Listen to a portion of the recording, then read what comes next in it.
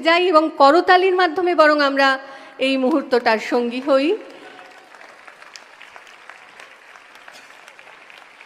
প্রদীপ প্রজ্বলনের মাধ্যমে সূচনা হলো আজকের এই কন্যাশ্রী দিবসের বিশেষ অনুষ্ঠান।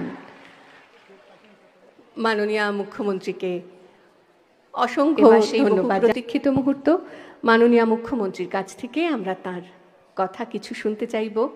কন্যাশ্রী মেয়েরা উদ্গ্রীব হয়ে অপেক্ষায়, আসুন তাকে আহ্বান জানাই। একটু করতালি হোক।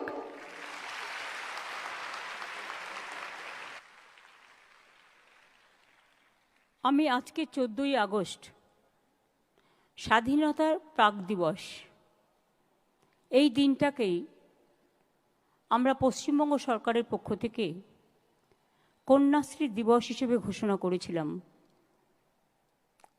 কারণ মেয়েরা আমাদের সমাজের গর্ব, এবং কন্যাশ্রী যখন আমি চিন্তা করেছিলাম, এটা হয়েছিল 13 সালে, এটা 25, এই 1 ডজন মানে 12 বছর হলো।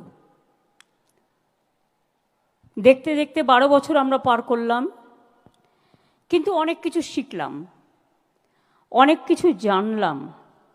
আজকের দিনটা সব জেলাগুলোও আমাদের সাথে আছে, তাদের আমরা সকল ছাত্রছাত্রী বন্ধুদের, প্রশাসনকে, শিক্ষক শিক্ষিকাদের, অভিভাবক অভিভাবিকাদের, বিভিন্ন এনজিও থেকে শুরু করে যারা আমাদের সাথে কাজ করেন, ইউনাইটেড নেশনস, ইউনেস্কো, ইউনিসেফ সহ সকলকেই আমাদের পক্ষ থেকে অনেক অনেক অভিনন্দন জানাচ্ছি।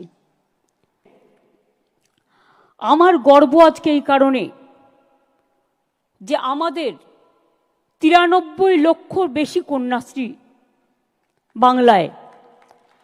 আমি নেক্সট ইয়ারে চাই এটা 1 কোটি হোক।